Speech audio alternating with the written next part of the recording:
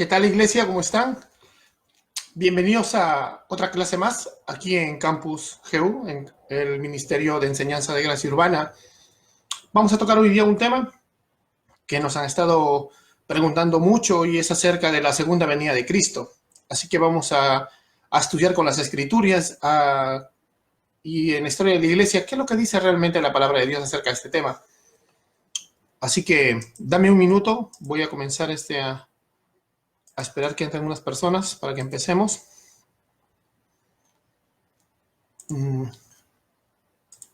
Dios mediante nos permite aprender bastante sobre este tema en particular en el cual estamos unidos toda la iglesia. Dame nada más unos minutos y vamos a empezar.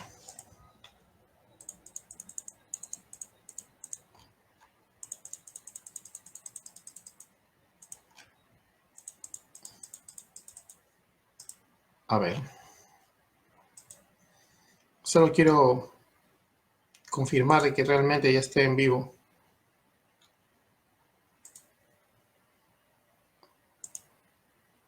Bueno, genial. Bueno, hermanos, vamos a empezar con este tema. ¿Cuándo será el rapto de la iglesia? ¿Cuándo será el rapto de la iglesia? La iglesia en todas las épocas ha anticipado, ¿no?, con su corazón, con gozo, la segunda venida prometida de nuestro gran Señor y Salvador Jesucristo. Y así como en su primera venida aseguró nuestra redención, ahora en su segunda venida es la esperanza bendita de la iglesia para la consumación de este tiempo y su reino. Quiero que me acompañes en una oración para que podamos empezar esta pequeña clase que sé que va a ser de bendición para todos nosotros. Amado Señor, queremos darte las gracias por permitirnos estar acá juntos para aprender de tu palabra, Señor.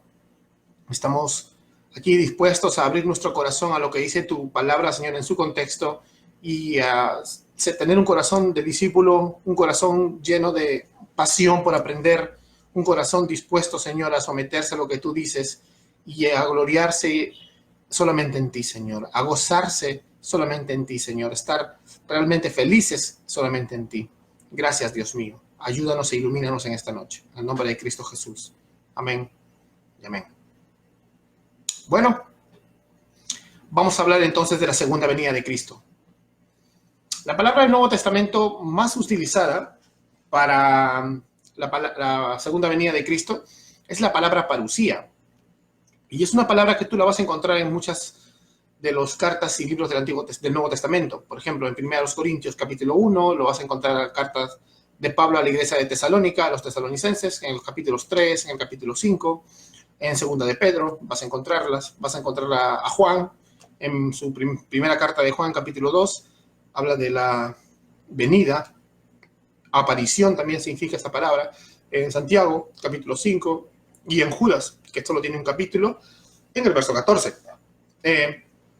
La parusía se refiere a la aparición, a la manifestación o venida de Jesús en gloria, al cumplirse el tiempo determinado. Se refiere a la expectativa también de la iglesia sobre esta segunda venida, o el segundo advenimiento de Cristo, como se le podría decir, el segundo y último o segundo y final advenimiento de Cristo.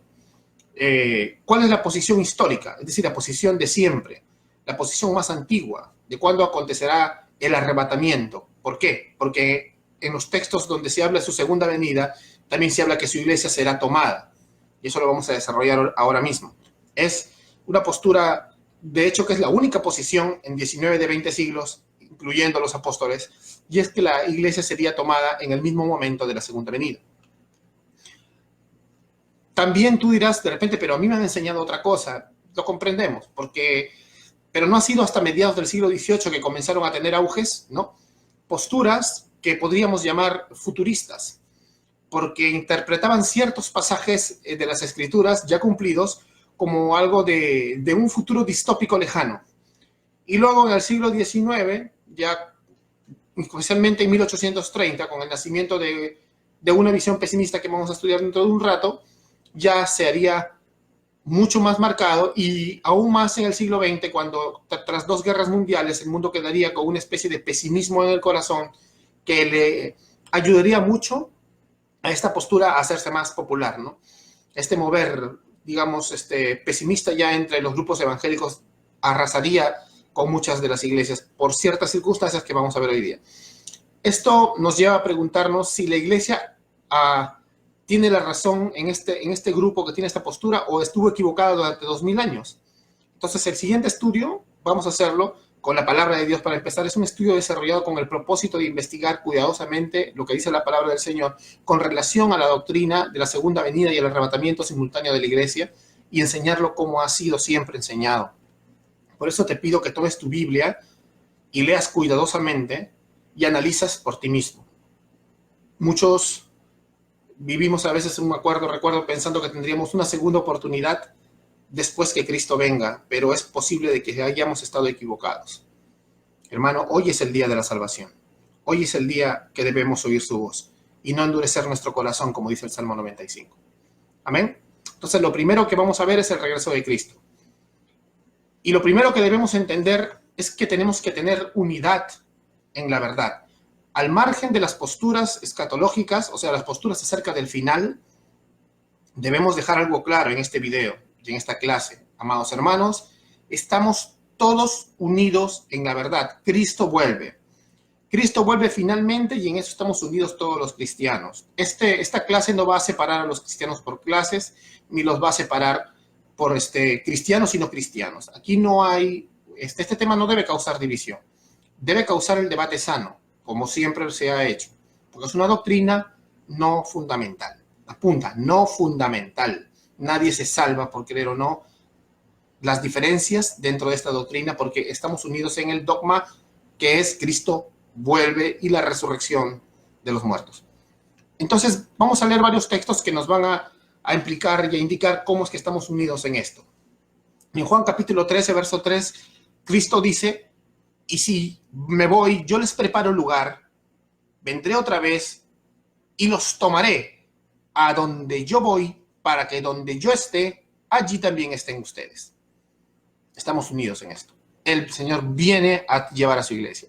Vamos a Hechos capítulo 1 también, en el verso 10 y 11, dice, mientras Jesús ascendía, en el momento de la ascensión de Jesús, estando ellos mirando fijamente al cielo, se le presentaron dos hombres de vestiduras blancas que les dijeron, varones galileos, ¿por qué están mirando al cielo? Este mismo Jesús, que ha sido tomado de ustedes al cielo, vendrá de la misma manera, tal como lo han visto ir al cielo. Estos hombres, que eran ángeles, les avisan a los discípulos, a los apóstoles, de que Jesús va a venir de la misma manera como se fue, visible y a través del cielo. ¿Estamos de acuerdo a eso? Estamos de acuerdo todos. Jesús tendrá una final venida visible y todos lo veremos. El apóstol Pablo también nos enseña en 1 Tesalonicenses capítulo 4, en el verso 16. Nos dice, pues el Señor mismo descenderá del cielo con voz de mando, con voz de arcángel y con trompeta de Dios, y los muertos en Cristo se levantarán primero. Entonces nosotros, los que estemos vivos y permanezcamos, seremos arrebatados juntamente con el Señor en las nubes, a su encuentro, en el aire, y así estaremos con el Señor siempre. Bien, está genial. Todos estamos de acuerdo. Todos seremos arrebatados y estaremos con el Señor en los aires. Estaremos con el Señor en su presencia. El autor de Hebreos nos dice también, así también Cristo, habiendo sido ofrecido una vez para llevar los pecados de muchos, aparecerá por segunda vez sin relación con el pecado, para salvación de los que ansiosamente lo esperan. Hebreos capítulo 9, verso 28. Maravilloso, ¿verdad? Es que el autor de Hebreos nos está diciendo de que en el momento en que venga Cristo estaremos esperándolo. Estamos todos esperándolo, ¿no? Amén. Apocalipsis capítulo 22, 20 nos muestra, el que testifica estas cosas dice, sí, vengo pronto. Y luego Juan dice, amén, ven Señor Jesús. El deseo de todo cristiano. ¿Estamos unidos en esto? Bueno, bien. Por todo esto y muchos más pasajes, estamos convencidos de que la verdadera venida triunfante en gloria y visible de nuestro Señor es lo que todos creemos. Amén. Entonces estamos de acuerdo en que el Señor va a venir triunfante a poner fin a este presente siglo y luego del juicio a empezar el estado eterno de un cielo nuevo y una tierra nueva. Estamos de acuerdo. En eso todos los cristianos estamos unidos. Aquel que niega esta verdad fundamental no es un verdadero cristiano. ¿Entienden? Entonces estamos unidos. Ahora, en medio de la unidad del dogma hay posturas. vamos a ver las posturas. ¿Cuáles son las posturas que históricamente han tenido la segunda venida de Cristo? Y eso lo vamos a ver ahora. Permítanme ver esto. Ya está. Quiero ver el link de la transmisión nada más. Ya está. A ver, chicos, ayúdenme con la transmisión, eso, porque no les puedo contestar por si acaso al WhatsApp ni esas cosas. ¿Ya? Estoy ocupadito acá, ya me vieron. Bueno, sigamos. Posturas. Existen en la actualidad tres posturas históricas. Tres posturas históricas. Una postura nueva. Entre los cristianos evangélicos protestantes. Tres posturas históricas, una postura nueva. 3, 1. Acerca de la segunda venida de Cristo y el tema del reino. Ahora vamos a desarrollar brevemente cuáles son, nada más. Después podemos ampliar en cuanto a posturas escatológicas otro día. Pero las posturas son estas. Primero, una postura llamada amilenialismo, o también llamado milenialismo, que es la postura más común en toda la historia de la Iglesia, que enseña que la Iglesia son todo aquel que es nacido de nuevo antes y después de la cruz, que son el verdadero Israel de Dios, el único pueblo para el cual hay un plan, y que el reino de Dios está entre nosotros, pero a la misma vez todavía no. Es decir, hay dos dispensaciones, este siglo y el venidero, y aún falta la consumación en el estado de eternidad. Luego viene otra postura, que también es bastante popular en los tiempos especialmente de los primeros siglos, y se llama el premilenialismo histórico. Premilenialismo histórico. Recuerda esa palabra, histórico, porque se diferencia de otros premilenialismos, porque este es el verdadero, el clásico, el histórico, que es común en muchos padres de la iglesia, como Justino Mártir, Papías, Tertuliano, hombres de Dios, pero que tenían mucha influencia judía acerca de los anhelos de un reino terrenal de Jesús en la tierra. Bueno, ¿qué enseña el premilenialismo histórico? Enseña que la iglesia son todo aquel que es nacido de nuevo antes y después de la cruz, que son el verdadero Israel de Dios, único pueblo para el cual hay un plan, y que el reino de Dios está entre nosotros, pero a la misma vez todavía no. Pero aún falta la consumación, primero en un reino físico milenial, literal, y luego en el estado de eternidad. Está muy bueno eso, ¿eh? Luego sigamos. Hay otra postura más, el postmilenialismo, que fue la postura, digamos, más común entre los reformadores y puritanos de pasados siglos. ¿Qué enseña? Enseña que la iglesia son todo aquel que es nacido de nuevo. Enseña que todo aquel que es nacido de nuevo antes y después de la cruz, que son el verdadero Israel de Dios, único pueblo para el cual hay un plan, y que el reino de Dios está entre nosotros, pero a la misma vez todavía no. También enseña que aún falta la consumación de este a través del dominio del pueblo de Dios sobre esta tierra, progresivamente hasta el final, que cuando venga la segunda y final venida de Cristo para empezar el estado eterno. Hasta ahora, ¿qué vemos? Vemos bastantes patrones iguales, vemos bastantes patrones similares. Vemos que prácticamente las tres posturas históricas, al margen de unas pequeñas diferencias, tienen el mismo armazón, tienen la misma cosmovisión optimista de conquista de la tierra, tienen la misma cosmovisión acerca de lo que es la iglesia, tienen la misma cosmovisión acerca de lo que es el plan de Dios para su pueblo. Entonces, en ese sentido, es casi el cristianismo histórico ha pensado lo mismo, al margen de las diferencias, porque si hay que dejar algo claro, y es verdad, es cierto, si ves en la teología de los hombres del pasado hasta el siglo XVIII, no se veían bien todas estas etiquetas, no estaban así, había mezclas así, no estaban tan marcadas. Pero ya uno, aprendiendo lo que cree cada una de ellas, podemos decir, tal teólogo era esto, tal teólogo era esto, haciendo un análisis más serio. Pero en sí era porque se parecían tanto y todos creían lo mismo que no había mucha diferencia. Estas finalmente son las tres posturas históricas. Ahora vamos a algo. Vamos a una postura nueva que se llama premilenialismo dispensacional, o más comúnmente llamado solo dispensacionalismo, porque cree que hay más de 2 dispensaciones, cree que hay 7 dispensaciones, donde Dios les da las oportunidades a los hombres.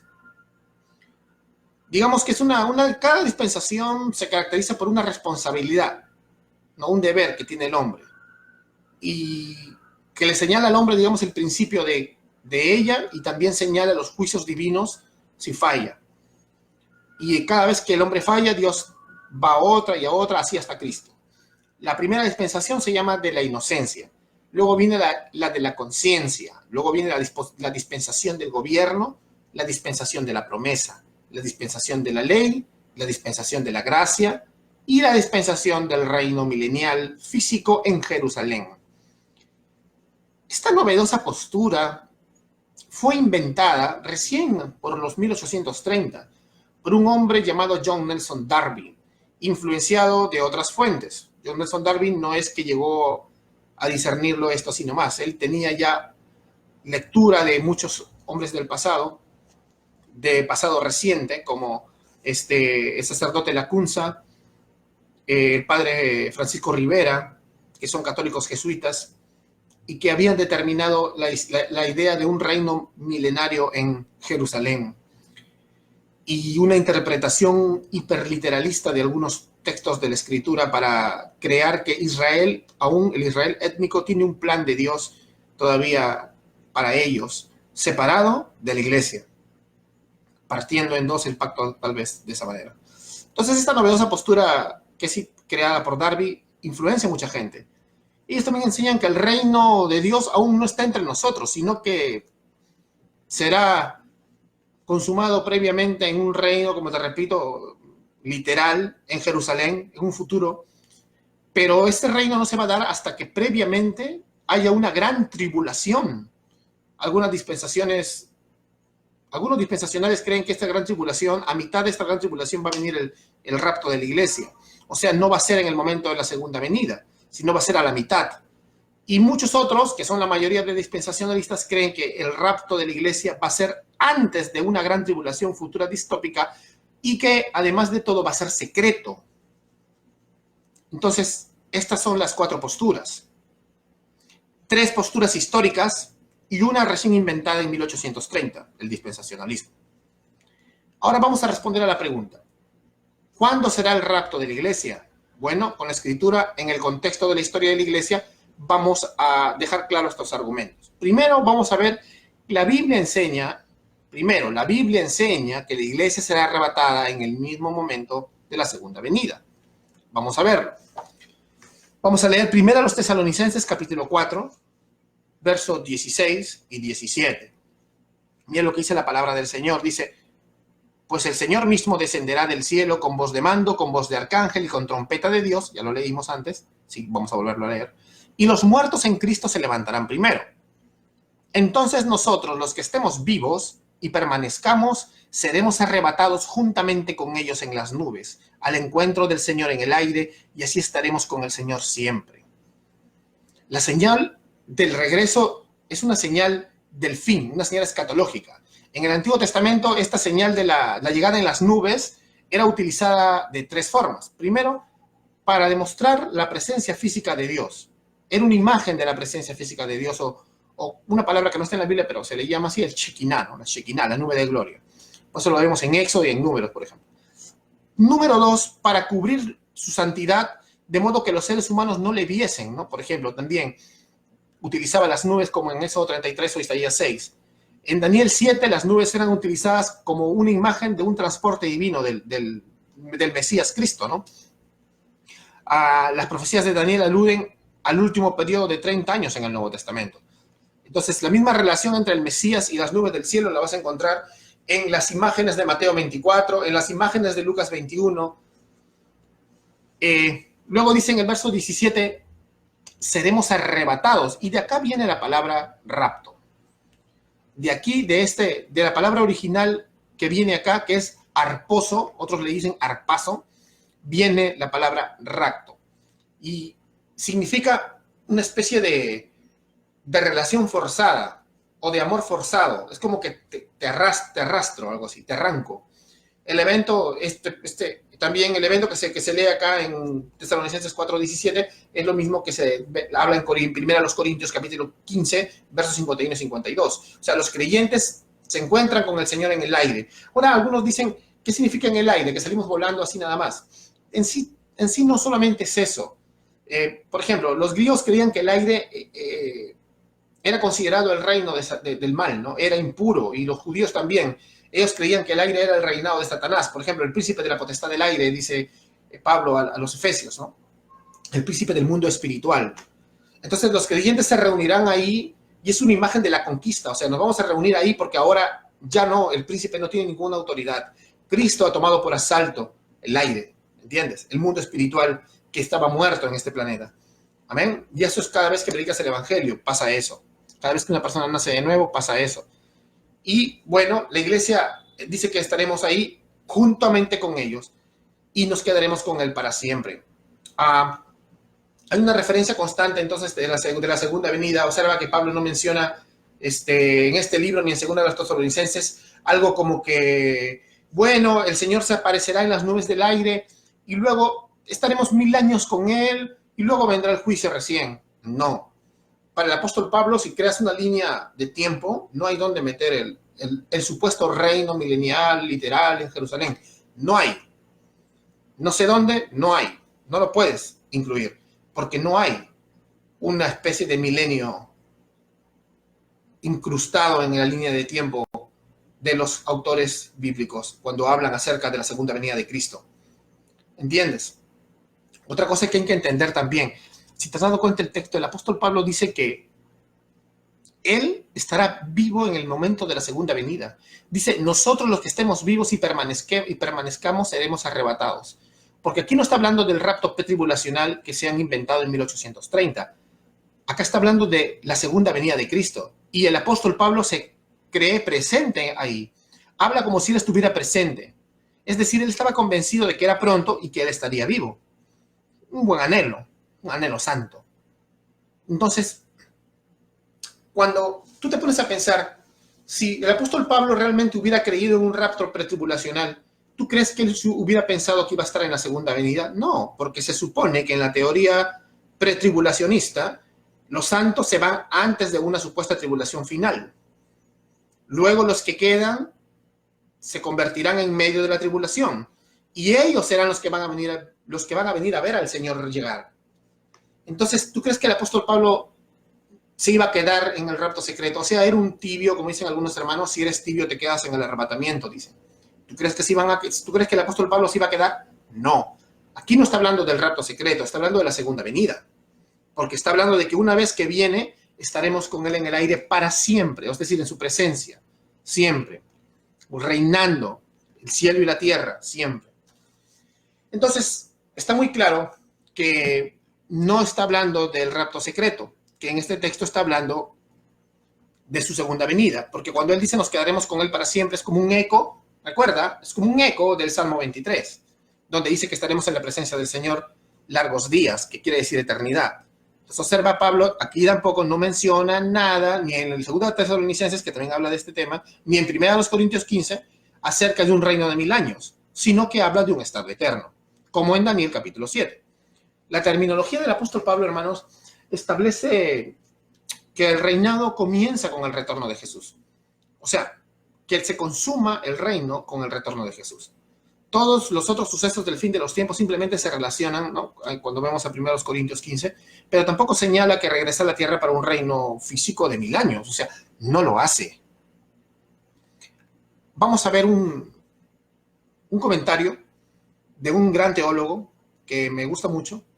La postura de él es premilenarista histórico, recuerda, histórico, post-tribulacional. Él cree que el arrebatamiento es en el mismo momento de la segunda venida, pero acerca del reino milenial que a veces pueden implicarlo, él dice, admito, dice Ladd, que la dificultad más grande para cualquier premilenarista es el hecho de que la mayoría de las imágenes del Nuevo Testamento presenten la consumación como un suceso de la parucía de Jesús. Es decir, la parucía es la venida de Jesús. En los tiempos pasados, un rey se iba a la guerra, pero cuando regresaba a su pueblo se enteraba que había tenido victoria y salían en mancha, salían en grupo a recibirlo, como en una caravana de felicidad. Y cuando lo encontraban en medio camino, regresaban junto con él. No se iban a otro lado, ¿no? Regresaban junto con él. Y eso es lo que va a hacer la iglesia cuando sea arrebatada. Vamos a elevarnos para volver con él, porque él está regresando con sus santos ángeles. y la iglesia es arrebatada para volver con él, en victoria, en júbilo, celebrando con nuestro rey. Eso es una parusía. Y eso es lo que va a hacer el Señor. Y eso es lo que enseña Pablo. No es que no hay un reino a la mitad del camino. Bueno, vamos a ver a Tito capítulo 2, versos 11 al 14. Dice, porque la gracia de Dios se ha manifestado, trayendo salvación a todos los hombres, enseñándonos que negando la impiedad y los deseos mundanos, vivamos en este siglo sobria, justa y piadosamente, aguardando la esperanza bienaventurada y la manifestación de la gloria de nuestro gran Dios y Salvador Jesucristo. ¡Wow! ¡Qué genial! Es nuestra esperanza ver al Señor viniendo en el cielo. Es nuestra esperanza dichosa, o sea, bienaventurada, nuestra esperanza feliz. La manifestación de la gloria. La manifestación tiene que ver mucho con la palabra de Apocalipsis. Es la misma palabra Apocalipsis. Significa la revelación, que se va a mover el velo, así como con el teatro se abre. Apocalipsis significa eso, no significa fin del mundo, caos y explota los planetas y que caen meteoritos. Significa que se va a revelar algo, la revelación del Hijo de Dios. Apocalipsis capítulo 1 que dice, la revelación del Hijo de Dios. Por eso el libro realmente se llama Revelación. Es cuando abre un velo, se manifiesta la gloria de nuestro gran Dios y Salvador Cristo Jesús. Entonces, hablando de Apocalipsis, ¿no? A las 7 congregaciones de los primeros 3 capítulos de Apocalipsis, ¿no? Las 7 congregaciones, partes integrantes de la iglesia de Cristo, no se les da ninguna esperanza de ser salvadas con un rapto secreto, invisible, sino que se les dice que Jesús vendrá por ellas y que cuando eso ocurra, todo ojo le verá. ¿Te das cuenta? A medida que habla cada iglesia les amonesta a esperar y ser fiel y dice vencer hasta que Él venga, como ves en Apocalipsis capítulo 2, verso 25. Vencer hasta que Él venga. Ya esta venida es visible. Y fue que el apóstol Juan les comunicaba esto porque era algo que ellos estaban viviendo. No les dijo espérense al milenio o esperen que venga un rato secreto. Algunos hermanos argumentan, pero en Apocalipsis el Señor les dice te guardaré de la prueba. Claro que sí, pero lee todo el contexto. No le está diciendo que los va a sacar de ahí, sino que como en la oración sacerdotal de Juan capítulo 17, él dice, no te pido que los quites del mundo, sino que los guardes de todo mal. El Señor va a guardar la integridad y la salvación de su iglesia, porque si están en su mano y nadie la saca de ahí. Así que tienen que esforzarse, ser valientes hasta que Él venga. Eso les está diciendo. Guardar de la prueba no es que los va a arrebatar en el aire a mitad de camino y luego viene una gran tribulación. No, la iglesia estaba siendo tribulada, pero después vamos a ver que no tiene nada que ver con la tribulación, con la gran tribulación profetizada. La iglesia siempre ha sido perseguida y Dios nos va a guardar en medio de toda esa prueba. No es la gran tribulación esa prueba. Entonces es preciso que notemos que la Biblia habla solo de 2 venidas, hermanos. No de su primera venida, luego una venida a la mitad en el cielo para llevarse a la gente y dejar un tiempo de tribulación, y luego la venida final. No, la Biblia no habla de 3 venidas.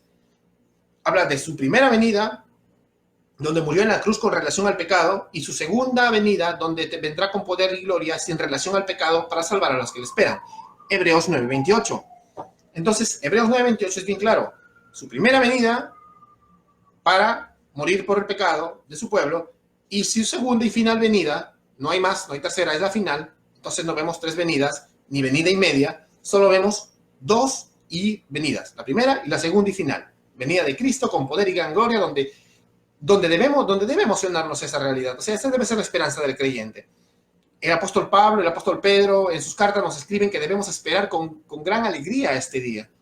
Vamos a seguir leyendo. Por ejemplo, 2 Timoteo capítulo 4, verso 8 dice, por lo demás me está guardada la corona de justicia, la cual me dará el Señor, juez justo en aquel día. Y no solo a mí, sino también a los que aman su venida. No dicen que aman el rapto secreto. Aman su venida. Está hablando de su final venida. No hablan del rapto a la mitad de una gran tribulación. No. Aman su venida. Ahora. Por tanto, dice, me está guardada la corona de justicia, la cual me dará el Señor en aquel día, dice. O sea, Pablo otra vez más se cree vivo aquel día. Cree que ese día él estará vivo. Como te repito, pensamiento santo y glorioso que tenía él. 2 de Pedro, capítulo 3, 12, dice, esperando y apresurándonos para la venida del día de Dios, en el cual los cielos encendiéndose serán deshechos y los elementos siendo quemados se fundirán. Wow, acá está hablando de la regeneración del universo, cómo Dios lo va a hacer todo de nuevo. Y el apóstol Pedro también se creía vivo en ese tiempo. El apóstol Pablo visualizaba estar vivo, porque ellos pensaban que era en cualquier momento, como tú y como yo. Puede venir el Señor, amén, puede venir. ¿Cómo puede venir dentro de 500 años? Entonces el apóstol Pedro estaba emocionado, decía, esperando y apresurándonos, o sea, estamos apresurados, estamos emocionados. Nos encanta estar preguntando, ¿ya? ¿Ya, Señor? ¿Ya? ¿Hasta cuándo vendrás? Estamos así, porque él se daba por vivo, no decía, bueno, nos va a raptar y luego después de 7 años de tribulación, la generación que se quede, pues si se convierte en la tribulación, serán los que vean todo eso. No, el apóstol Pedro decía, yo estaré, porque esperaba la venida, no un rapto secreto. Vamos al próximo verso. Primera a los Corintios capítulo 1, por ejemplo. Primera a los Corintios capítulo 1, versos del 7 al 8.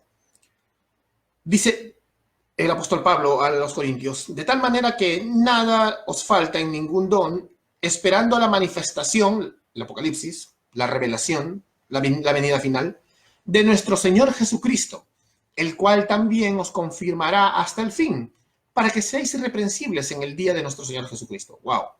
Para ellos el día del Señor, el día grande de Jehová, el día grande de Yahvé, el día de Jesucristo, es un momento, una venida, como ladrón en la noche, así.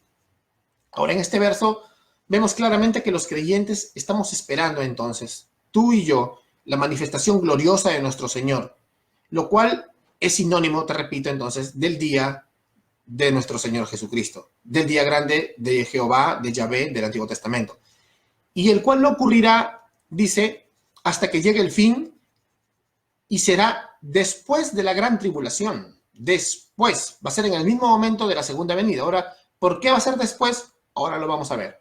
Pablo está consciente de esto. Pablo está muy consciente de esto. Él sabía muy bien que nuestra salvación se va a completar el día del Señor. Nosotros estamos siendo santificados, pero seremos glorificados el día de su venida. Y ese día, como dice Apocalipsis, capítulo 1, verso 7, viene con las nubes y todo ojo le verá. Amados, es un evento público, mundialmente observable, espiritualmente observable por todos, hasta los ciegos lo van a poder ver. Por todos, nadie va a escapar de esta visión final y gloriosa de su venida. Amén. Entonces queda claro, ¿qué es el rapto? ¿Qué es el rapto de la iglesia? ¿El rapto qué es? Es la segunda venida triunfante de Cristo para poner fin a este sistema de cosas y arrebatar a su iglesia para regresar triunfante con ellos. Es una parusía, es el regreso final del rey. ¿Quedó claro? Está bien. Entonces, queda claro, el rapto será visible, no secreto. El rapto será en el mismo momento de la segunda venida. Es así. Queda bien claro. Sigamos. Ahora algunos dirán, pero oye, ¿y qué pasó con la tribulación entonces? ¿Nosotros, la iglesia pasará la tribulación? No. Ah, entonces nos vamos en el rapto. No. No en el rapto secreto. Nos vamos en el rapto, en el momento de la segunda venida, pero no en un rapto secreto y luego va a haber una tribulación. Ya no hay más esperanza después. Vamos a las escrituras de nuevo. Amén. ¿Cuándo fue la gran tribulación? Profetizada por Cristo. No te estoy hablando del estado de tribulación de la iglesia. La iglesia siempre ha sido tribulada y seguirá siendo perseguida. Porque hay un anticristo, hay un sistema anticristiano que se va a oponer siempre al avance del reino de Cristo por medio de nosotros, la iglesia. Pero eso no significa de que estamos viviendo la gran tribulación o que la vamos a pasar. ¿Por qué? Porque vamos a ver. Ahora, los hermanos de la rama del premilenarismo dispensacional, o simplemente llamémosle a partir de ahora dispensacionalistas, dicen que el rapto secreto, bueno, para que el rapto es secreto y que también será antes de la gran tribulación que Cristo profetizó. Y incluso algunos hermanos respetables alegorizan, ¿no? Aunque ellos están en contra de la alegorización y siempre me ha parecido muy curioso, que la frase el día del Señor o el día grande de Jehová del Antiguo Testamento significan 7 años en un futuro, como te dije, distópico, donde el mundo vivirá esta gran tribulación, donde el anticristo hará de las suyas y se apoderará del mundo. Algunos ya han llegado a más extremos a decir que va a ser el presidente de la ONU, o ven el anticristo en cualquier cosa. Me acuerdo que salían unos fanfarrones a decir que eran escatólogos, ¿no? Y se disfrazaban de judíos, así, y luego decían de que el príncipe de España era el anticristo, que Bill Gates es el anticristo, y dicen un montón de cosas que no están en la Biblia. Amados, charlatanes tenemos muchos. Vamos a las escrituras, por favor. Entonces, algunos hermanos sinceros ya quitemos a los charlatanes del medio, y los hermanos sanos, salvos, por gracia, nacidos de nuevo y muy sabios en otros temas, pero que son de la rama dispensacionalista, caen en este error a veces de decir que el anticristo estará representado por una sola persona y hará de las suyas. Trasladan la tribulación profetizada por Cristo a los tiempos finales de la tierra. Ahora, yo no digo que no existe el anticristo, pero eso, el sistema anticristiano del mundo y los que se alejan del cristianismo para oponerse, que son el anticristo también, han existido siempre. Y eso lo podemos tocar en otro día, otro tema que se va a llamar el anticristo.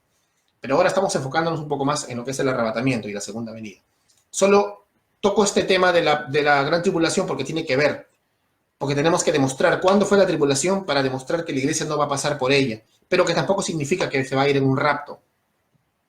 Entonces, estos hermanos trasladan la tribulación, que es cierta, profetizó Cristo, y la traspasan hasta los tiempos finales de la historia del mundo. Lo cual, te repito, es un error muy grave y vamos a tener que demostrar que la venida final del Señor es después de esta tribulación por la sencilla razón de que esta, aunque era futura para los oyentes de Jesús, para nosotros ya es tiempo del pasado. ¿Entiendes? Nosotros entendemos y demostramos que la venida final de Cristo y el arrebatamiento de su iglesia es después de la tribulación por la sencilla razón de que aunque para los oyentes de Cristo era futura, para nosotros es pasado. La iglesia siempre ha sido perseguida, te repito, y aunque vamos a conquistar la tierra con el evangelio, no será sin persecución. No va a ser sin persecución. ¿Amén?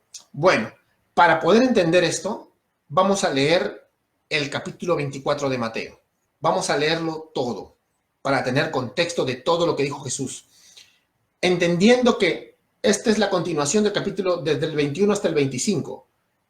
Es toda una profecía que el Señor dice que se cumplirá en esa generación acerca de lo que es la destrucción del templo. Te voy a decir algo muy simple. Si tú lees Mateo de corrido nada más, te vas a dar cuenta que cuando habla en Mateo 24, no está hablando del fin del universo, está hablando de la destrucción del templo.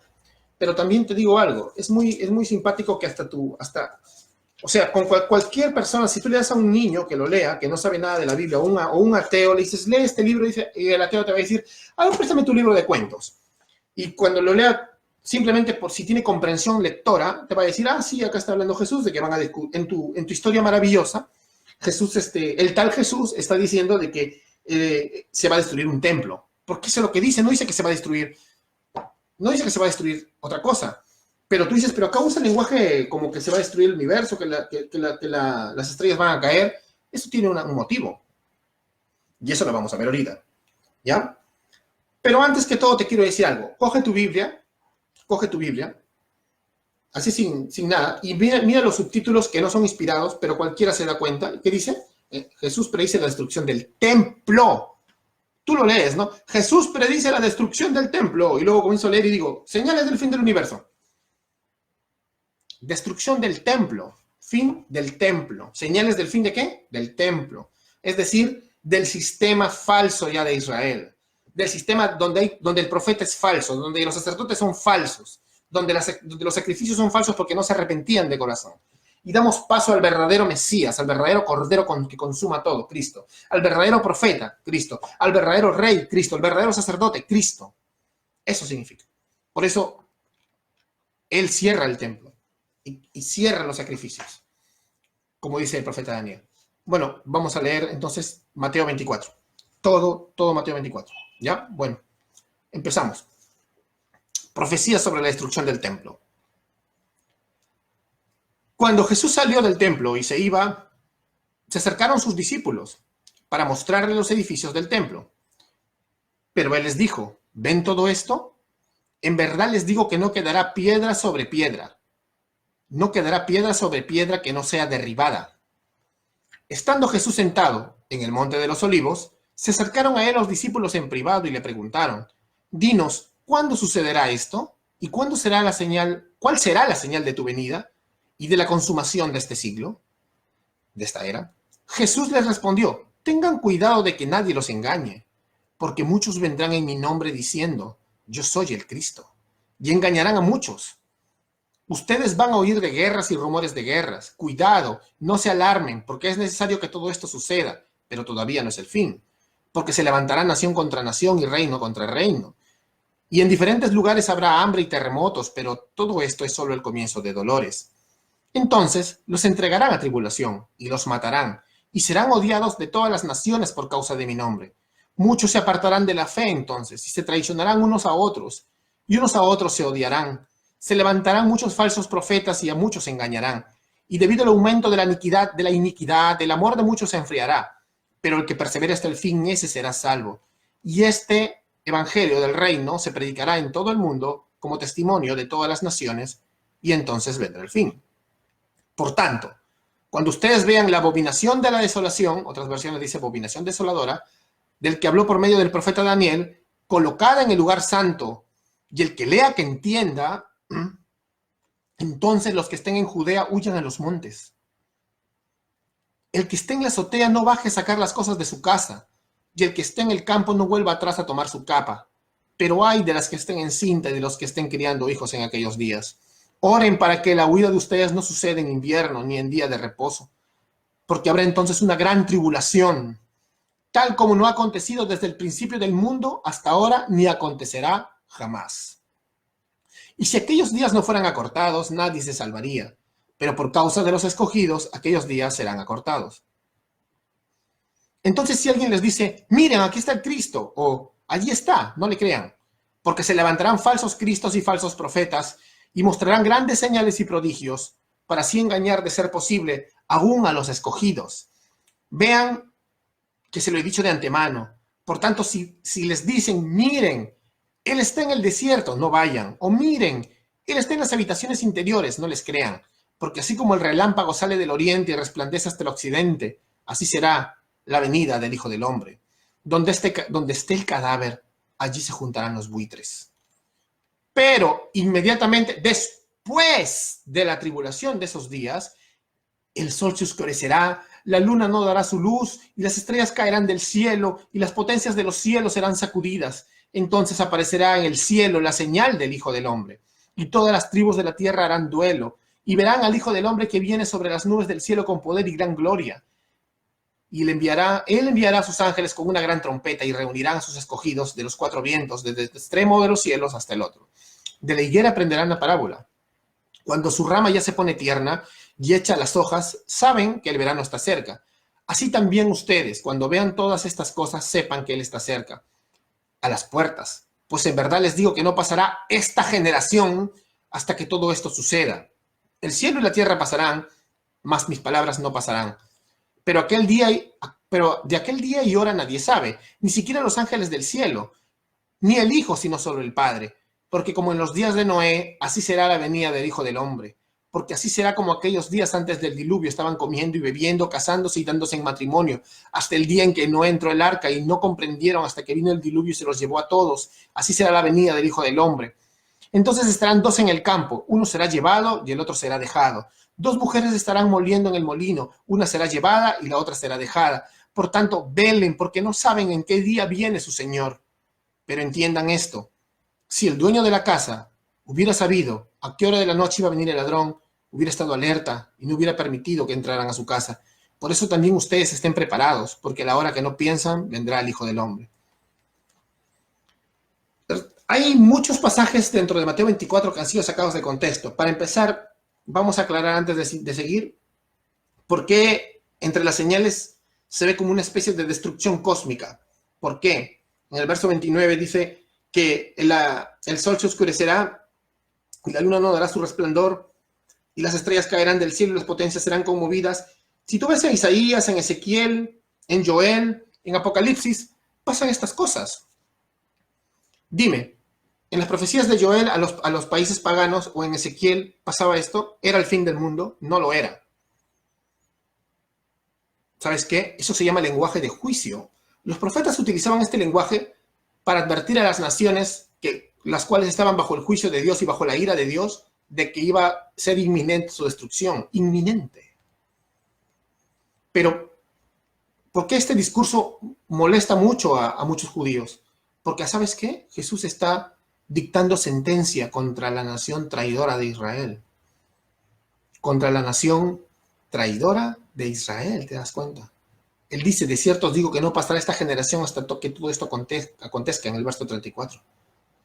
Todas las maldiciones que eran para las naciones enemigas de Dios se las está soltando para ellos. ¿Te das cuenta? Para Cristo, ¿quién era Babilonia? Si tú estudias Apocalipsis, ¿quién era la ciudad, la gran ramera? ¿Quién era la gran ciudad? Que también se llama Sodoma. Y también le dicen Egipto. O sea, todos los nombres de las ciudades enemigas de Dios se la ponen a una misma ciudad. Apocalipsis 11:8. ¿Quién era? ¿Qué dice? Apocalipsis 11:8. La ciudad que dice donde crucificaron al Señor. ¿Cuál era? Jerusalén. El Israel étnico había traicionado y abandonado a Cristo. Había puesto carta de repudio como esposa infiel. Y el Señor ya lo había dejado a su condena. Así que el trato que fue con ellos fue el trato como una nación pagana. Por eso Cristo, como fiscal del pacto, porque Él vino a salvar a los suyos, pero también a juzgar a los que no son suyos, determinó, por eso Él da ese lenguaje de juicio contra ellos. Y eso lo tienes que tener claro, ¿ves? En Ezequiel también está eso. En Isaías también ves eso. Y no era el fin del mundo. No era el fin del planeta ni nada. Ahora vemos un patrón. ¿Cómo es más o menos cuando el Señor trae juicio? Y puede ser un tipo de la final venida, ¿no? Pero no es en el contexto histórico gramatical normal, ya no la segunda venida. Está hablando de la destrucción del templo de Jerusalén. También lo vemos de esta manera. Cuando habla del templo, cuando se creaba el templo, la teología entiende que cuando Dios crea el cielo y la tierra, lo crea como un cosmos. Es como un universo. Y puso al hombre como su imagen en la tierra. Era un templo y el hombre era su imagen, su efigie. Cuando la creación ve al hombre tenía que decir, wow, es la imagen del Dios viviente. ¿Te das cuenta? Sin embargo, esta imagen ha fallado, ha sido distorsionada por la caída. Los templos son una especie de microcosmos, donde nos encontramos de nuevo con la presencia de Dios. Así como lo fue el tabernáculo, luego lo fue el templo. Al destruir el templo es como destruir el universo. Es una imagen de la destrucción, pero no es que va a destruir el universo en ese momento. Ese no es el momento. Podemos leer Pedro, ¿no? Cuando las potencias van a ser deshechas. Nosotros creemos que Dios va a hacer una nueva creación, pero no podemos agarrar un texto que no dice eso, que solamente está usando lenguaje de juicio para decir que va a ser así. Por eso después los mismos charlatanes comienzan que la luna de sangre, que la luna roja y a cualquier fenómeno meteorológico le sacan ahí. ¿Te das cuenta? También agarran donde dice una será tomada y la otra será dejada. No sé si te das cuenta, la que es tomada es la que se salva, porque la que se queda es la que muere en la destrucción de Jerusalén. Uno está en el campo, uno será tomado, el otro dejado. El terco se queda y el que corre a los montes, el que sube a su techo, el que no mira atrás, ese se salva, el que es tomado por Dios. Y a través de sus proclamadores, de sus ángeles, de todos los tiempos, los términos de la tierra. Pero está hablando de la tierra de Israel. Todos los que se quedaron en Jerusalén murieron, destruidos en los últimos años de las guerras judías, que ahorita vamos a ver, que es la consumación y el cumplimiento en la historia de las profecías de Cristo, que acabamos de ver en su contexto, que está hablando simplemente del templo. Ahora, él dice, esta generación,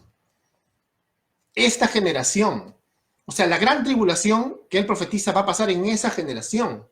Jesús le habló a eso a sus discípulos, pero lamentablemente durante los últimos casi 100 años, ¿no? Ha llegado a estar de moda enseñar de que la gran tribulación va a ser un evento futuro, como te dije.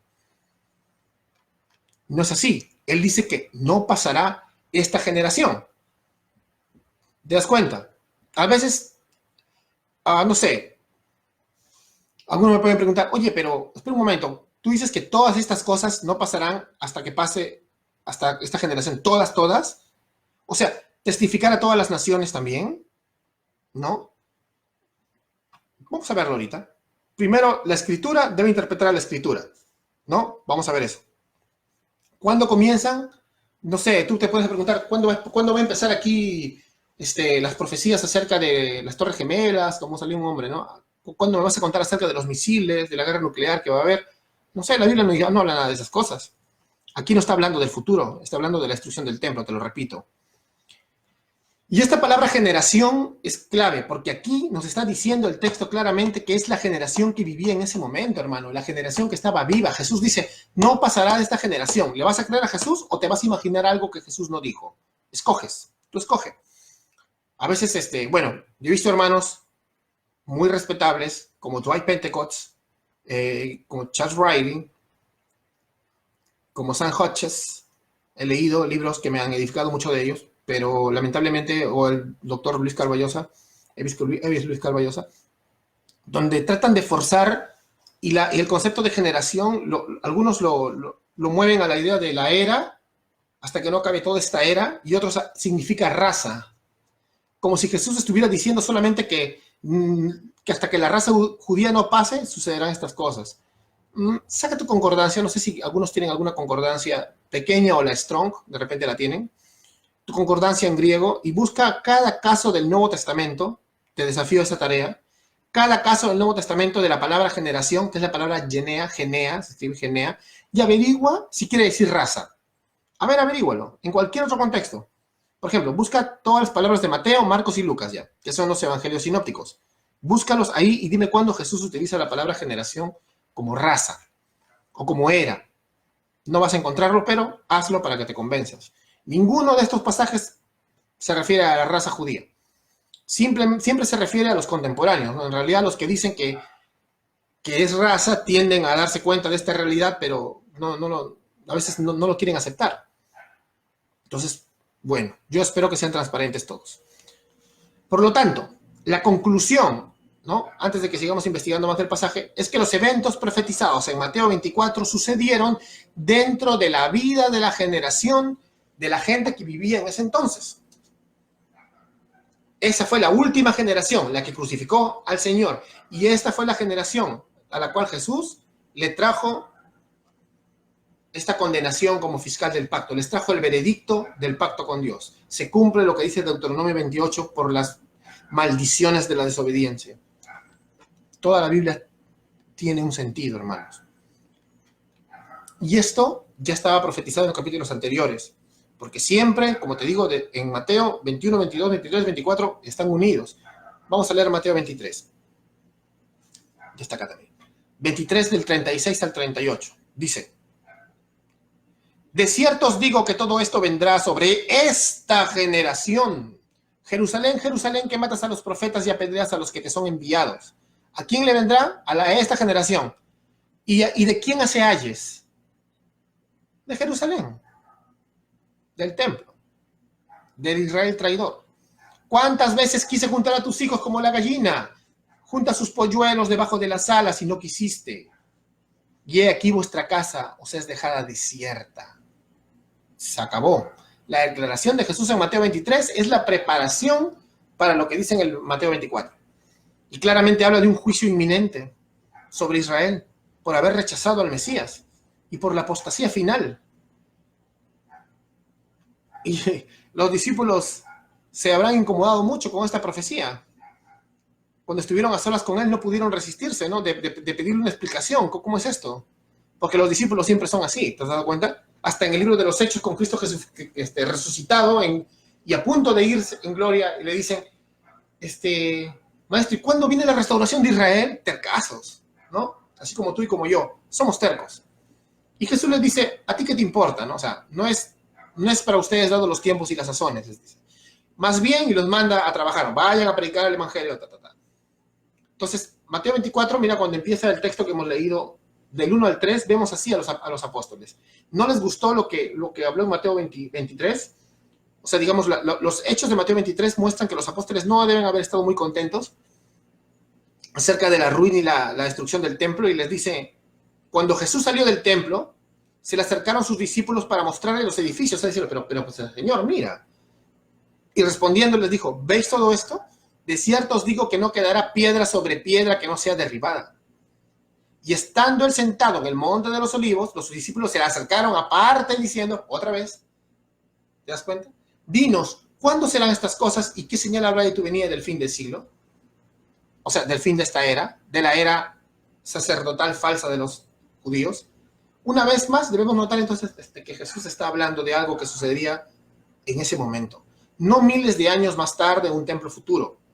Estaba profetizando acerca de todo esto, dice, de todo esto, que todo esto sucederá. Y luego dice, no quedará aquí nada, piedra sobre piedra, nada. Vamos a Marcos capítulo 13 también. Es un paralelo de Mateo, dice, saliendo Jesús del templo le dijo a uno de sus discípulos, maestro, mira qué piedras y qué edificio, como diciendo, mira qué glorioso. Y Jesús responde diciendo, ¿ves estos grandes edificios? No quedará piedra sobre piedra que no sea derribada. ¡Wow!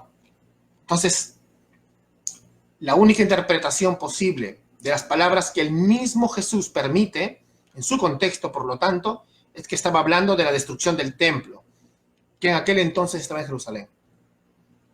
El templo del que hablaba Jesús, te repito como hace rato, tiene un cumplimiento histórico en cuanto a su destrucción. Y esta es, finalmente, después de ataques de idumeos y luego de Roma, es destruido en el año 70 después de Cristo. Esta es la única interpretación posible de Jesús en este capítulo. No hay más, no es una destrucción del universo. La gran tribulación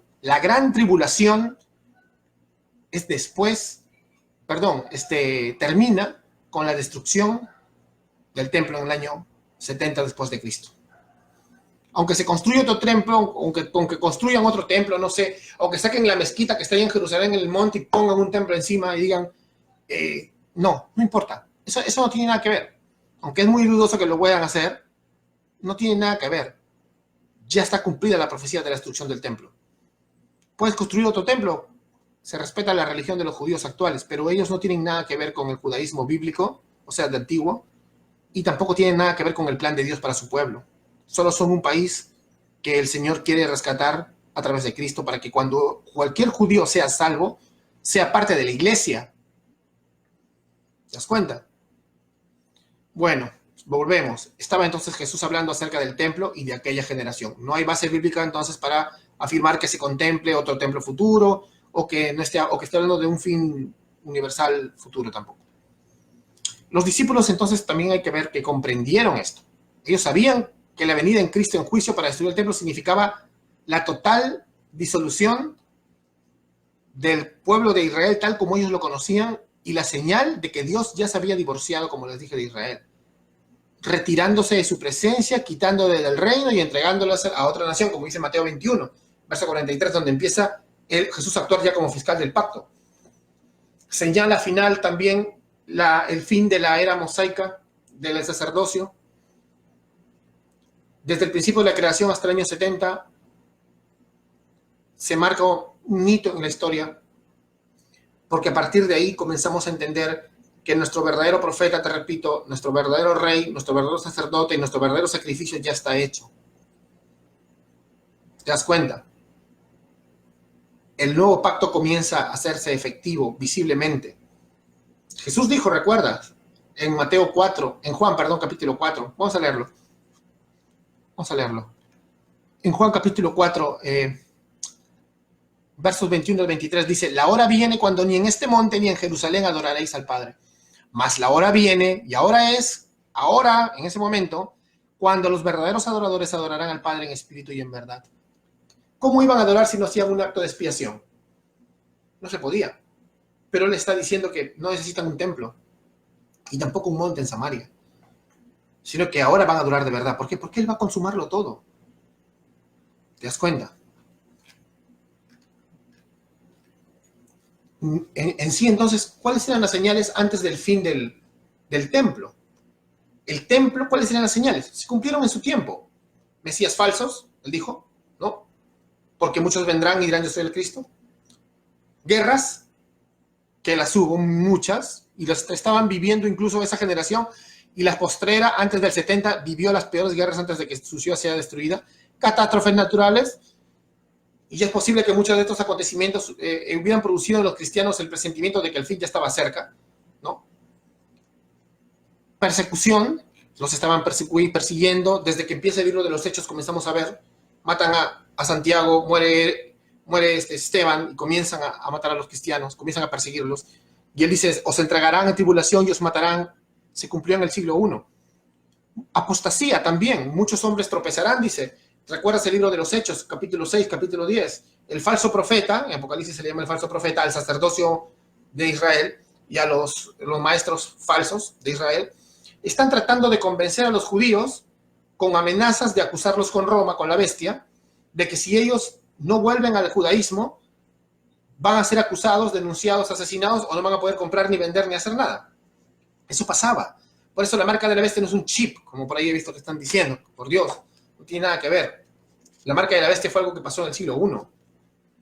Era una amenaza contra los cristianos judíos para regresar. Algunos apostataban de la fe. O sea, sabiendo que ya estaba consumado el verdadero cordero, en lugar de morir o sacrificarse, tenían miedo y volvían a volver a los viejos rudimentos. Por eso en Hebreos 6 y 10 dice, ya no hay más sacrificio, porque habiendo gustado del don celestial, habiendo entendido el evangelio, no se arrepintieron.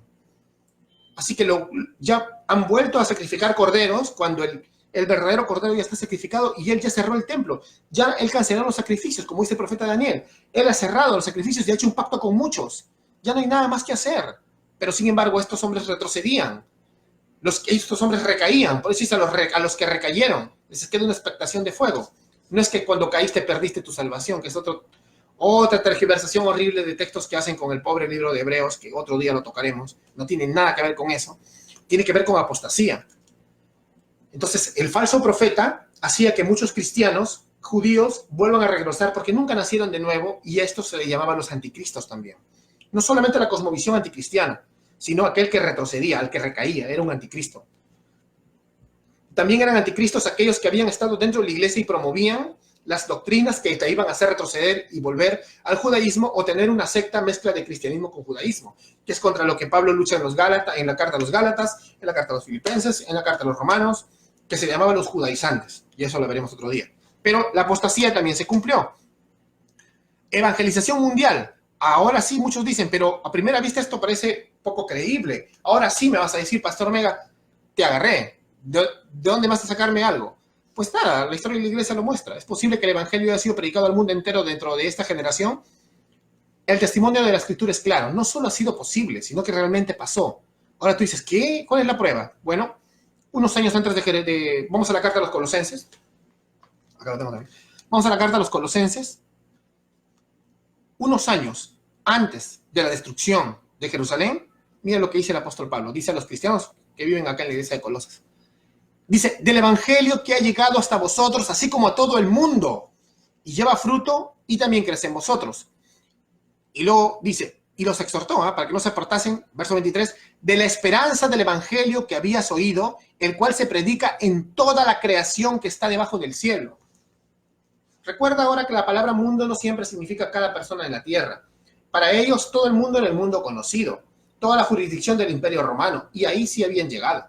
Para cuando pasó la destrucción del templo de Jerusalén y de Israel en el año 70, ya había llegado el evangelio a casi toda la jurisdicción, a toda la jurisdicción del mundo conocido. Pablo, incluso cuando estaba vivo, lo daba por hecho. Lo daba por hecho. ¿Te das cuenta? ¿Qué le dicen los romanos? Vuestra fe se divulga por todo el mundo. O sea, el evangelio es predicado por todo el mundo. Y en el capítulo 10 de Romanos, mejor lo voy a leer bien. Romanos capítulo 10, verso 18 dice, por toda la tierra y hasta los fines de la tierra sus palabras. ¿Te das cuenta? El evangelio fue predicado al mundo entero, al mundo conocido, mucho antes de que Jerusalén hubiera sido destruida. También se cumplió esta señal crucial. ¿Te das cuenta? Y esto tienes que entenderlo de esta manera. Esa es la forma.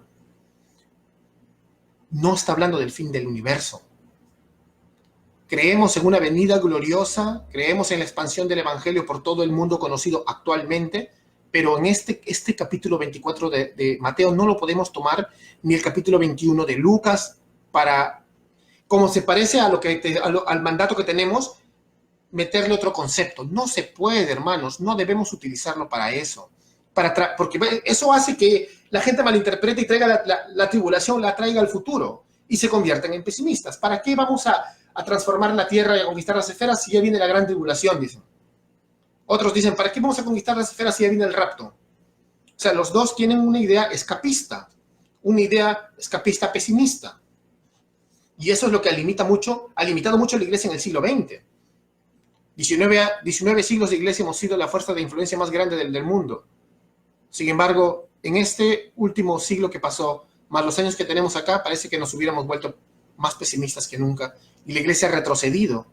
En algún momento creyeron de que cuando Cristo dijo que ni las puertas del Hades prevalecerían contra la iglesia, ya no es la interpretación también real, que significa de que el diablo está rodeado con sus murallas y su puerta, en su Hades, no va a soportar nuestro embate. Eso significa, las puertas del Hades no prevalecerán. O sea, nosotros estamos dándole a la puerta para construir la ciudad de Dios, arrasando la ciudad del maligno. No, ahora la cambiaron. Ahora muchos interpretan como si Satanás nos está pateando la puerta a nosotros y nosotros aguantando ahí. Pesimismo. Como diría David Chilton, un teólogo, es un pesimilenialismo. Porque aquí sí no importa si eres dispensacional, o eres amilenial, o eres prehistórico. Simplemente eres escapista. Simplemente eres pesimista. Es una cosa de cosmovisión. Bueno, seguimos. Otra cosa que se cumplió. La abominación desoladora. Como dice en el verso 15 y 18, cuando veáis el lugar santo, la abominación desoladora del que habla el profeta Daniel, el que le entienda, entonces los que están en Judea huyan a los montes, a la azotea, desaparezcan. El texto del Antiguo Testamento al que se refiere, cuando habla del profeta Daniel, habla del capítulo 9, del 26 al 27, que profetiza ¿qué cosa? ¿Qué es la abominación desoladora? ¿Saben qué es la abominación desoladora? Que profetiza la venida de los ejércitos para destruir Jerusalén. Y en el templo. Mira lo que dice. Y el pueblo de un príncipe, has leído Daniel, dice, que ha de venir, destruirá la ciudad y el santuario. O sea, la ciudad y el templo. Y su fin será con inundación y hasta el fin de la guerra durarán las devastaciones. Después con la muchedumbre de las abominaciones vendrá el desolador hasta que venga la consumación y lo que está determinado se derrame sobre el desolador. Es terrible, ¿no? La palabra hebrea en el Antiguo Testamento y la aramea también, que es una transliteración que se usa para la palabra abominación, tiene que ver mucho con los ídolos, las prácticas perversas, la idolatría, o sea, con enemigos de lo que sería la ciudad de Dios. Y eso lo puedes ver, por ejemplo, en Deuteronomio, en Primera de Reyes, en Crónicas, en Jeremías, varios versículos que he puesto en el material que vamos a pasarles cuando termine esta clase. Pero el significado, tanto en Daniel como en Mateo, se aclara y se queda totalmente claro por la referencia paralela en Lucas. La escritura interpreta la escritura. Mateo está citando a Daniel y estamos hablando de la destrucción del templo y de la ciudad a manos de un ejército. Lucas capítulo 21, verso 20 al 22. ¿Qué es la abominación desoladora, Dios? Háblanos en Lucas. Vamos a leerlo. Pero cuando viereis a Jerusalén, ya no dice la abominación desoladora. Mira lo que dice. Rodeada de ejércitos, más fácil. Cualquier versión puedes leerla. Rodeada de ejércitos, sabed entonces que su destrucción ha llegado. Fácil, simple. Entonces los que están en Judea huyan a los montes y los que están en medio de ella váyanse. Y los que están en los campos no entren en ella, porque estos son los días de retribución. ¿Qué significa días de retribución? Los días de la venganza, los días del ajuste de cuentas de Dios. Es así, lo que en el Antiguo Testamento estaba profetizado. Para que se cumplan todas las cosas que están escritas. Hermanos, entonces, como dice Mateo 24, y con la narración de Lucas que nos da más detalles, según señala, la gran tribulación tenía que suceder, no al final de la historia del universo, sino en medio de esta. Porque nada semejante ha ocurrido desde el principio del mundo hasta ahora, ni la habrá. O sea, después nunca más va a volver a pasar eso. Así que la profecía de la gran tribulación se refiere a la destrucción del templo de aquella generación. No se le puede encajar en un sistema de doble cumplimiento. La gran tribulación es un evento absolutamente único y no repetido. No es que cuando la iglesia está siendo tribulada siempre, durante 2000 años nos han perseguido, no es un tipo, no. Esta tribulación tenía un objetivo, y era que Dios derrame su ira sobre los rebeldes y los traidores. ¿Te das cuenta? Dios estaba derramando su ira sobre los rebeldes y los traidores, sobre los anticristos, sobre Babilonia. Cayó Babilonia la grande, la madre de las rameras, la madre de todas las abominaciones. Eso significaba. Su iglesia no es odiada por Dios, su iglesia es amada por Dios, es diferente, ¿ves? A nosotros nos persigue el enemigo, no es un juicio de Dios. Dios nos guarda de la prueba a nosotros.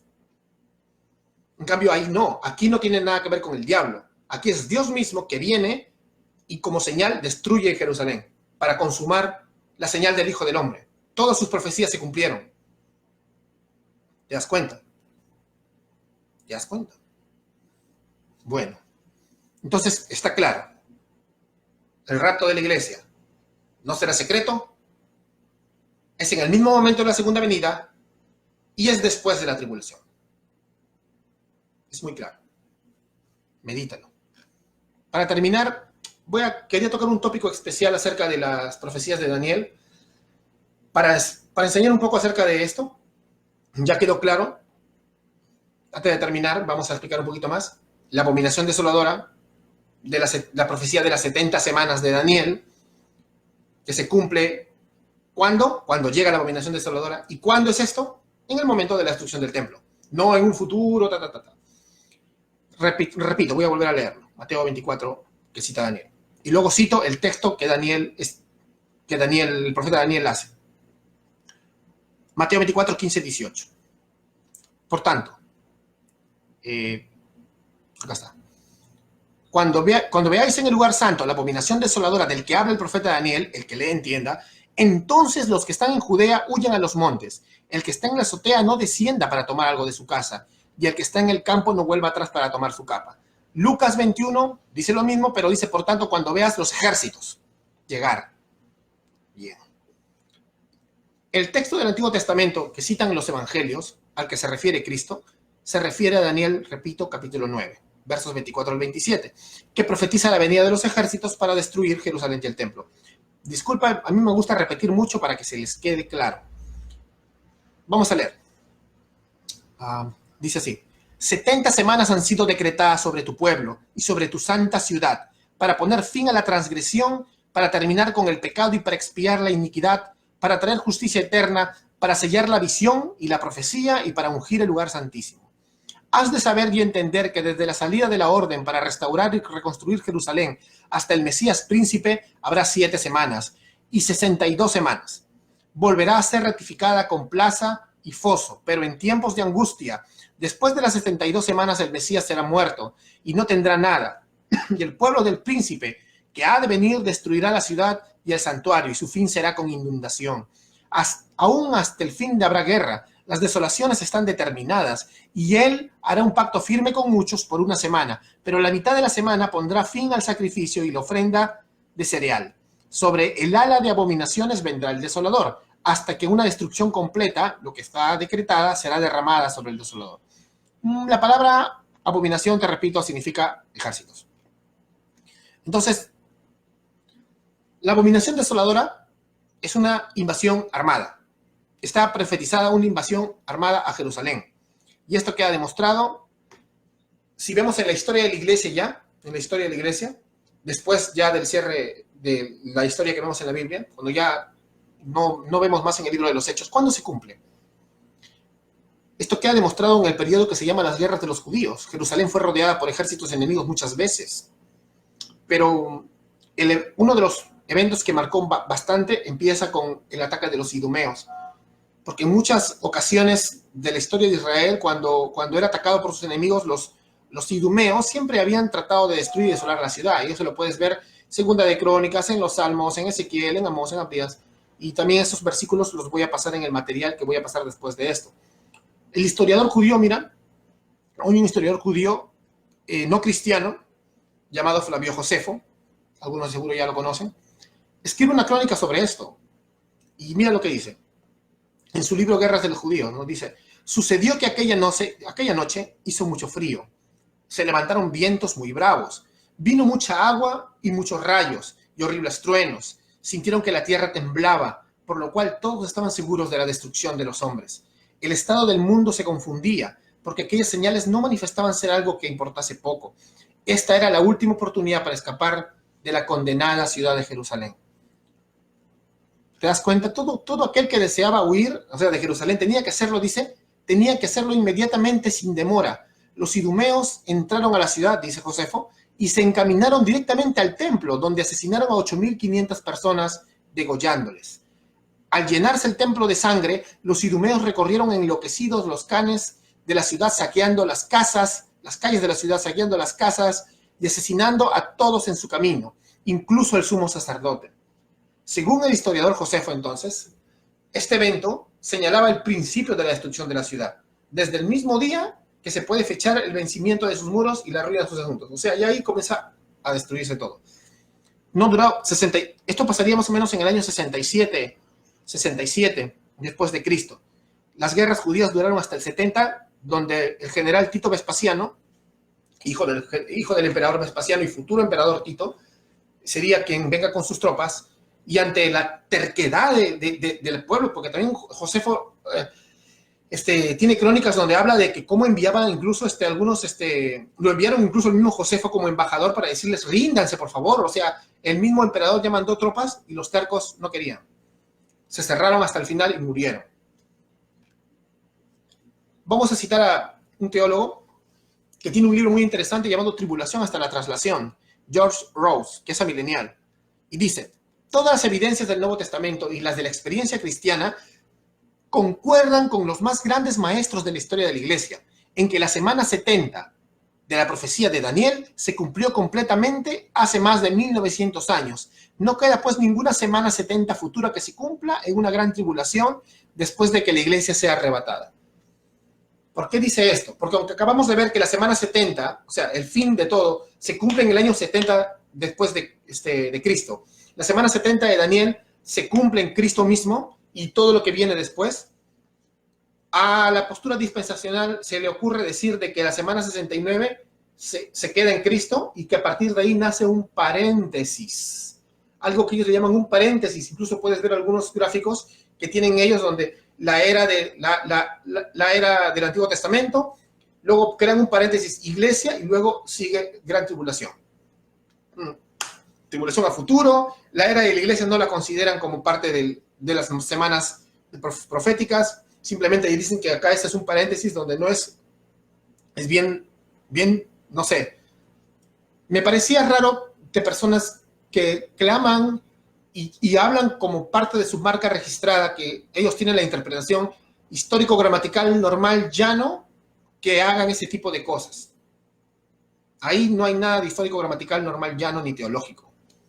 El paréntesis ha sido creado para ajustar el sistema Frankenstein que tienen para que se pueda entender así. Ellos dicen que la semana 69 queda aquí y todavía no llegamos a la semana 70, pero ya vimos que ya está todo consumado. ¿Dónde está la semana 70 por consumar? Como dice bien George Rose, este teólogo dice, no queda ninguna semana 70 futura que se cumpla, en ninguna tribulación. Y Rose, como un representante de la voz de la iglesia en la historia, porque está de acuerdo con todas las posturas, pero que tienen la misma idea, sostiene que no hay vacíos o paréntesis entre la semana 69 y la 70, como nuestros hermanos dispensacionalistas argumentan. Él dice, en su mismo libro, en la página 46, dice, si hubiesen vacíos o paréntesis, la profecía sería vaga, desconcertante o engañosa. La última semana comenzó con Juan el Bautista. Desde su primera predicación pública del reino de Dios comenzó la dispensación del evangelio. Y también concuerda, con las posturas históricas, porque dice en la página 64, Juan comenzó su ministerio cuando se inició la semana 70, y Cristo fue bautizado, tentado y comenzó a predicar pocos meses más tarde. Esta primera mitad de la semana fue utilizada para predicar el evangelio. La mitad de la semana fue en el tiempo de la Pascua. Esto ocurrió exactamente en medio de la semana 70, es decir, 486 años y medio después de la salida de la orden para restaurar y edificarse Jerusalén. 3 años y medio después vendría la destrucción, todo lo demás. Tribulación hasta la traslación. Hermano, esto está muy claro. Cristo, por tanto, conforme a las Escrituras y el entender de la historia de la Iglesia, hermano, llega a ser quien confirma el pacto con muchos. Él es el que confirma el pacto con Dios.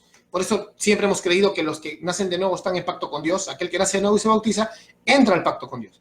Él confirma el pacto con muchos. Y en su ministerio se cumplen las 70 semanas y las promesas de Daniel capítulo 9. No estamos esperando ninguna semana 70. Entonces ahí me dicen, pero aquí dice que Israel debe ser restaurado. O sea, siempre van a tener una pregunta. Te lo digo, ¿sabes por qué? Porque yo he sido dispensacionalista. Y hay grandes hombres como Dwight Pentecost, lo respeto mucho, aprendí mucho de él, pero sé cada argumento de los dispensacionalistas, yo los conozco porque yo los estudié y los hice míos. Pero estudiando la palabra de Dios, viendo la historia de la iglesia, me di cuenta de ese error. que no había rapto secreto, que la tribulación ya pasó. Me di cuenta que las semanas 70 ya están cumplidas, porque el Mesías príncipe ya vino. Pero bueno, reconsidera si todavía piensas. Te respetamos tanto como a Pentecost.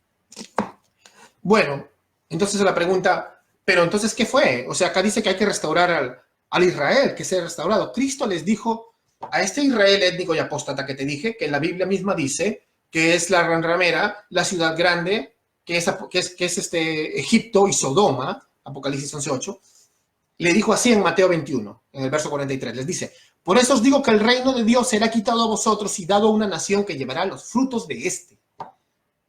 Entonces, ¿quién es el verdadero Israel? ¿Quién es el verdadero judío? Vamos a ver que nos responde a la misma Biblia. El apóstol Pablo y la iglesia del primer siglo, ¿qué creían? ¿Quién era Israel? Romanos capítulo 2, verso 28 al 29. Dice, porque no es judío al que lo es exteriormente, ni la circuncisión, la externa, pues es judío, el verdadero judío, el que lo es interiormente, y la circuncisión es la del corazón. Te está hablando un judío como Pablo. La circuncisión es la del corazón, por el espíritu, nacer de nuevo, no por la letra, ¿ves? No por cumplir reglas. La alabanza del cual no procede de los hombres, sino de Dios. ¿Te das cuenta? Seguimos. El apóstol Pablo en la misma carta deja en claro algo en Romanos capítulo 9, versos del 6 al 8. Les dice, pero no es que la palabra de Dios haya fallado. Porque algunos dicen, entonces, ¿qué fue de la promesa de Israel? Es que no todos los que descienden de Israel son israelitas, dice. Ni son todos sus hijos, o sea, hijos de Abraham, por ser descendientes de Abraham. ¿Ves? La promesa siempre ha estado. Pero ¿quién es Israel, pues? Sino que por Isaac será llamada tu descendencia. Esto es, o sea, ¿qué significa? No son hijos de la carne los que son hijos de Dios, sino los hijos de la promesa. O sea, los que creen, como vimos en el anterior, son considerados como descendientes. Los descendientes de Abraham, o sea, no importa que tú saques tu genealogía y digas, bueno, yo soy semita, no importa que soy de la tribu de tal, no, eso no importa. Lo que importa es si has creído. Te has arrepentido de tus pecados y has creído en Jesús. Eso importa. Ahora mira lo que le dice Pablo, que es un judío, a los macedonios griegos que vivían en la ciudad de Filipos. Ante la controversia con los judaizantes, o sea, con los que querían que cumplas reglas y normas judías para acompañar tu salvación, evidenciar tu salvación o ganar tu salvación, o las tres o una, les dijo, porque nosotros, o sea, la iglesia, seas judío o seas gentil, o sea, no judío, somos la verdadera circuncisión, les dice. Los que en espíritu servimos a Dios y nos gloriamos en Cristo Jesús, no poniendo la confianza en la carne, o sea, en ejecutar obras para poder salvarnos. Está claro, entonces, que para los cristianos del Nuevo Testamento, la iglesia, incluso para los judíos creyentes, la iglesia siempre fue y será el verdadero y único Israel de Dios. Pueblo del pacto con Dios y receptor del único plan de Dios. ¿Qué es la iglesia, por ejemplo? Por eso, teológicamente, ¿qué es la iglesia? La iglesia es todo aquel que ha creído en la promesa de Dios, desde Adán hasta ahora y hasta el último día de la tierra. Todos aquellos que han sido salvados por gracia, por medio de la fe. Lee Hebreos 11. Por la fe, por la fe, por la fe. En el Antiguo Testamento todos son salvados por gracia, por medio de la fe. Y esa es la iglesia. Los que están en el pacto con Dios. No los que se circuncidaron solamente el prepucio en el Antiguo Testamento o se bautizaron en el Nuevo, sino los que han creído y han hecho profesión de fe y bautizado. Ahí, ese es el pacto con Dios. Todos aquellos que estamos ahí. Ahora, está claro también, la profecía de Daniel entonces habla de un plan espiritual y físico para la iglesia. Los que son los verdaderos hijos de Abraham, herederos de la promesa, los circuncidados espiritualmente, y los que están ahí, la iglesia. Hermanos, entonces te da claro, las 70 profecías de Daniel se cumplen en Cristo Jesús, hermano. Cristo es el cumplimiento de todo. No hagas maromas hermenéuticas para crear un plan para la nación de Israel que te permita tener un rapto secreto de la iglesia y dejes solo al Israel para que tengan un plan con él. No te inventes cosas. Y si las crees, estúdialo para que lo reconsideres. Te lo digo con mucho amor porque respeto a mis hermanos que creen esto, pero tengo que ser enfático con lo que dice las Escrituras. Y para terminar y concluir ya esta clase, entonces repetimos, ¿qué es el rapto? El arrebatamiento de la iglesia simultáneamente con la segunda y final venida que hoy día fue comprobado. ¿Quiénes están involucrados? La iglesia, los creyentes nacidos de nuevo que estén vivos en este tiempo y los cuerpos de los creyentes resucitados, que ya fue comprobado. ¿Y cuándo ocurrirá? El día final, el día de la segunda y final venida de Cristo, para poner fin a este sistema de cosas, pasar al juicio y luego al estado eterno del cielo nuevo y la tierra nueva. Esto, hermanos, ha creído la Iglesia de Cristo, desde el siglo I hasta ahora. Claro, con el error que ya mencionamos de los hermanos dispensacionalistas que han llegado a conclusiones cerradas como el rapto secreto pretribulacional, que no existe en la Biblia, una gran tribulación antes del fin del mundo, que ya vimos que es antes, y una interpretación futurista y en algunos casos especulativa de las profecías, o un paréntesis imaginario entre las semanas 69 y 70, pero al margen de todo, estamos unidos en el dogma y doctrina fundamental: Cristo vuelve pronto. Y amamos a nuestros hermanos que creen la postura nueva llamada dispensacionalismo. Pero si hoy te has dado cuenta, al escuchar esto, de repente escúchalo 10 veces si quieres hacerlo, o lee el material que voy a mandar, pero si tú te das cuenta que la postura que tienes respecto a estos temas no cuadra con la Biblia, en su contexto y en la historia de la Iglesia, te pedimos que en oración y ayuno reconsideres estudiarlo y obedecer lo que Dios dice antes de que lo que un sistema preenseñado dice. Te lo digo en esto, en el contexto de alguien que también ha vivido esto. Y te lo digo en el contexto de alguien que también creía que el milenio era literal en Jerusalén. En el contexto de alguien que también creía en el rapto pretribulacional. Te lo digo en el contexto de alguien que también creía en que había un plan para la nación de Israel, incluso que había un plan para el Estado de Israel, que esa es una posición, como te digo, ya extrema. Y que hay buenos hermanos piadosos que aún creen eso, como John MacArthur y Elvis Carballosa, o Henry Dolopilo, Samuel Pérez Millos, y cuántos hombres de Dios que yo respeto y admiro tanto, ¿no? Entonces, en ese caso, de todas maneras, te lo dejo ahí. Te he puesto más la postura que tenemos nosotros, la postura histórica reformada y la postura histórica patrística, la postura de toda la historia de la Iglesia, y lo dejo para que tú lo medites.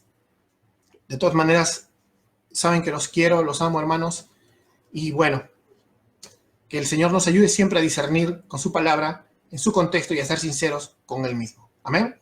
Vamos a terminar en oración. Si tienes algunas preguntas, podemos entrar a un Zoom de un rato. En este momento nada más vamos a entrar y podemos conversar sobre este tema. Amén. Vamos a orar. Amado Señor, gracias, Padre Santo, porque, bueno, hoy día hemos expuesto muchas posturas, pero al margen de todo, amamos todos juntos, Señor, como iglesia, y anhelamos tu pronta venida. Estamos aquí, Señor, expectantes siempre, sabiendo que tú vendrás a acabar con este sistema de cosas y seremos felices a tu lado para siempre, Señor, en un cielo nuevo y una tierra nueva que tú, Señor, has tenido para con nosotros. Gracias, Señor, porque tú nos has hecho nacer de nuevo y tu palabra dice que bienaventurados los que son partícipes de la primera resurrección, y sabemos que nosotros al nacer de nuevo hemos sido partícipes de esto, y es grande, Señor, tu palabra, porque sí somos bienaventurados, somos dichosos en medio de la angustia de esta vida, sabiendo que la muerte segunda no podrá con nosotros, sino que estaremos contigo, que eres la vida eterna, por siempre y para siempre. Gracias, Señor, y ilumina nuestra mente y nuestro corazón para siempre ser sinceros con tu palabra y para con tu palabra, Señor. Gracias, en el nombre de Cristo Jesús. Amén y amén. Los espero en el Zoom. Bendiciones, hermanos.